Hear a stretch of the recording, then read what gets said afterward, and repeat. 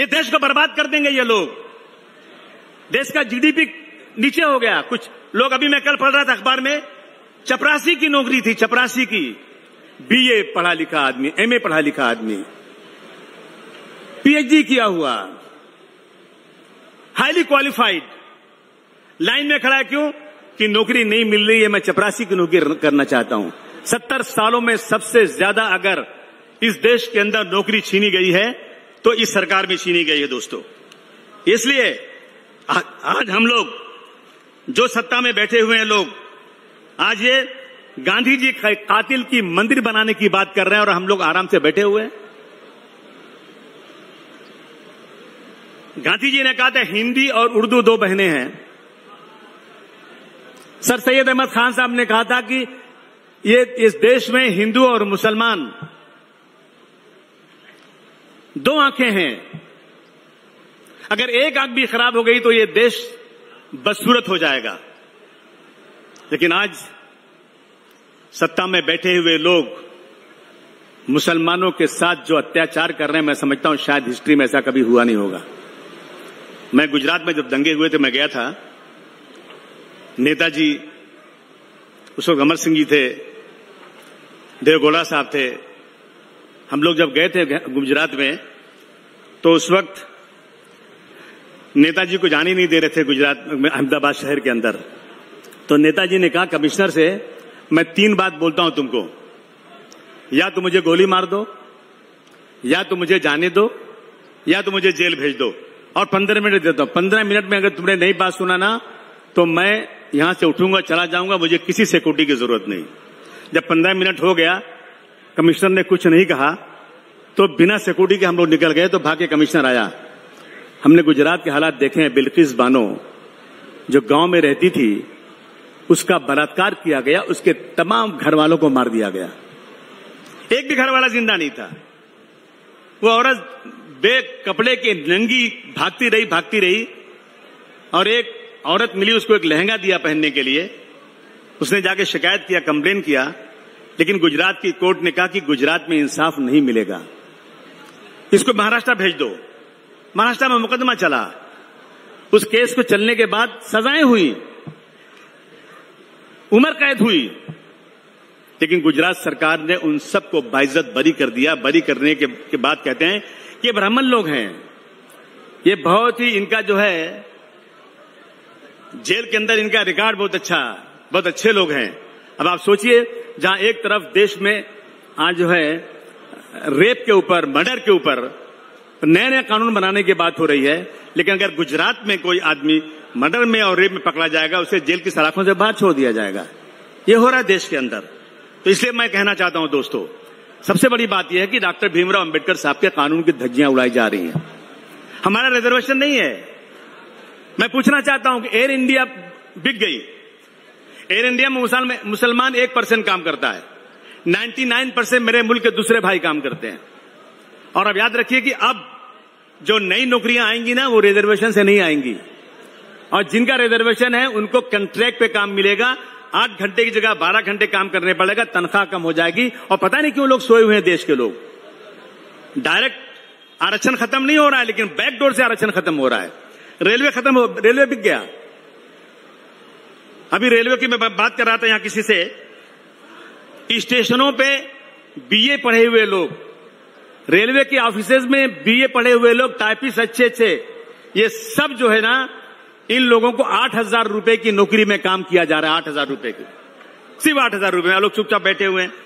Hindustan antibiotics बिक गया, project and development India बिक गया, इंजीनियरिंग प्रोजेक्ट इंडिया बिक गया, पवन हंस बिक गया, VRR कंपनी बिक गई, सेंट्रल इलेक्ट्रॉनिक्स लिमिटेड बिक गया, सीमेंट कारपोरेशन बिक गया, Indian medical and pharmaceutical company बिक गई, एलम स्टील बिक गई।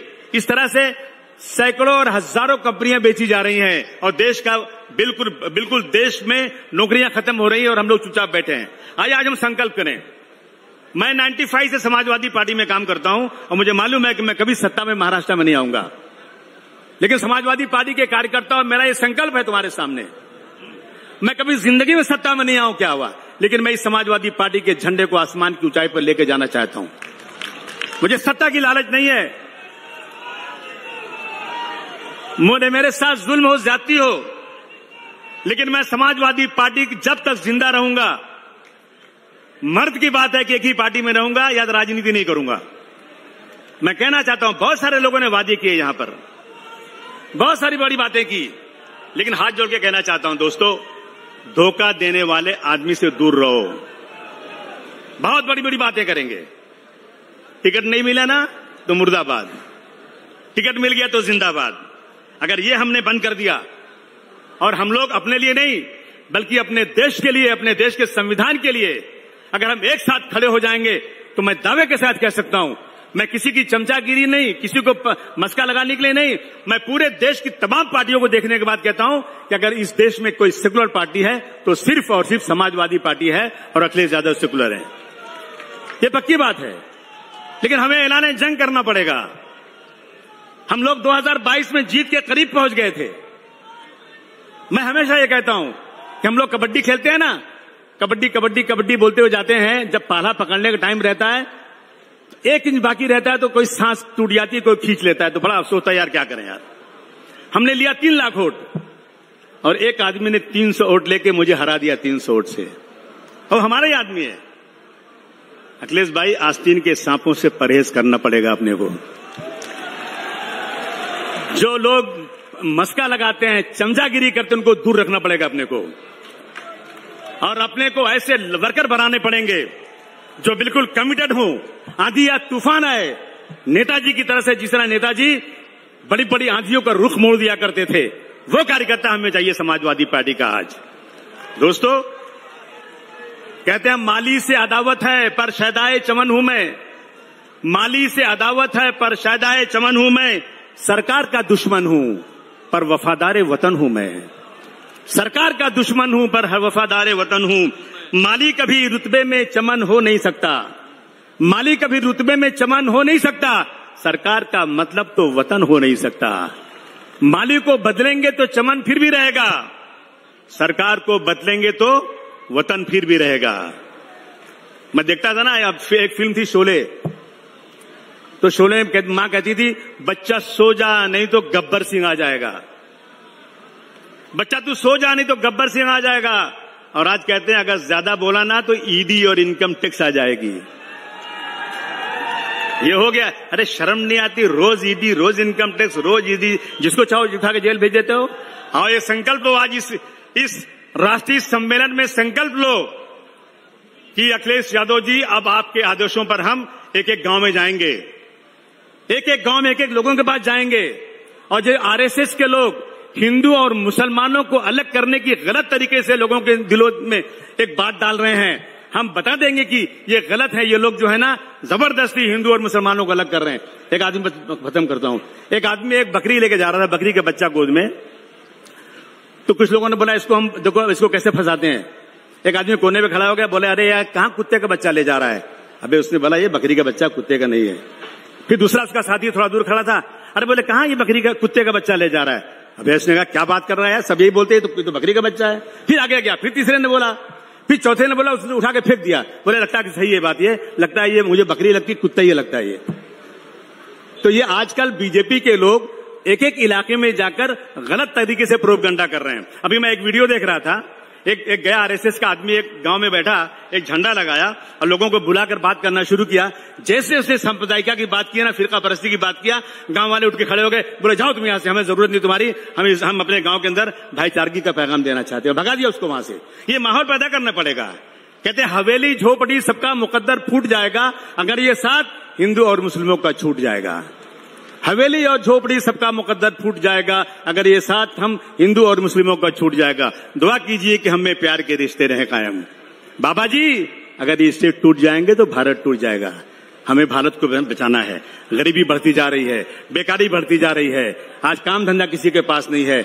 अखिलेश यादव जी ने 12 से 17 तक, मैं गारंटी से कहता हूं, अगर मुझसे कोई बहस करता है, मैं किसी को खुश करने के लिए नहीं, मेरे पास इतने एग्जाम्पल हैं कि जो समाजवादी पार्टी की सरकार ने 12 से 17 तक किया ना, किसी ने नहीं किया, किसी ने नहीं किया। लाइए फिर से एक बार समाजवादी पार्टी की सरकार बनाइए और ये सोचिए कि आपको टिकट मिले या न मिले, लेकिन आपको इस देश की एकता के लिए, इस देश की अखंडता के लिए एक साथ जमा होना है और समाजवादी पार्टी को फिर से एक बार उत्तर प्रदेश में नहीं बल्कि पूरे देश में लाना है। पूरा देश खाली है, कहीं कोई नजर नहीं आ रहा है। अगर अखिलेश भाई निकल जाए पूरे देश में एक बार, जो इनका रथ है लेके निकल जाएं, मैं समझता हूं सड़कों पर लोगों को खड़े रहने की जगह नहीं मिलेगी। और इंशाअल्लाह ये इस अधिवेशन के बाद अगर ये संकल्प हमारा है कि हम समाजवादी पार्टी को राष्ट्रीय पार्टी बनाएंगे, तो मुझे लगता है कि हम जो है एक एक प्रदेश में एक एक ऑब्जर्वर नियुक्त करें और समाजवादी पार्टी का काम शुरू करें। लोहा गर्म में हथौड़ा मारने की जरूरत है। बहुत बधाई आपका, बहुत शुक्रिया आपका, धन्यवाद। जय हिंद, जय समाजवाद। और आप हमसे जुड़े रहने के लिए सब्सक्राइब करें YouTube पर, फॉलो करें Twitter पर और लाइक करें Facebook पर। और ज्यादा जानकारी के लिए आपको टाइप करना होगा सिर्फ न्यूज नशा।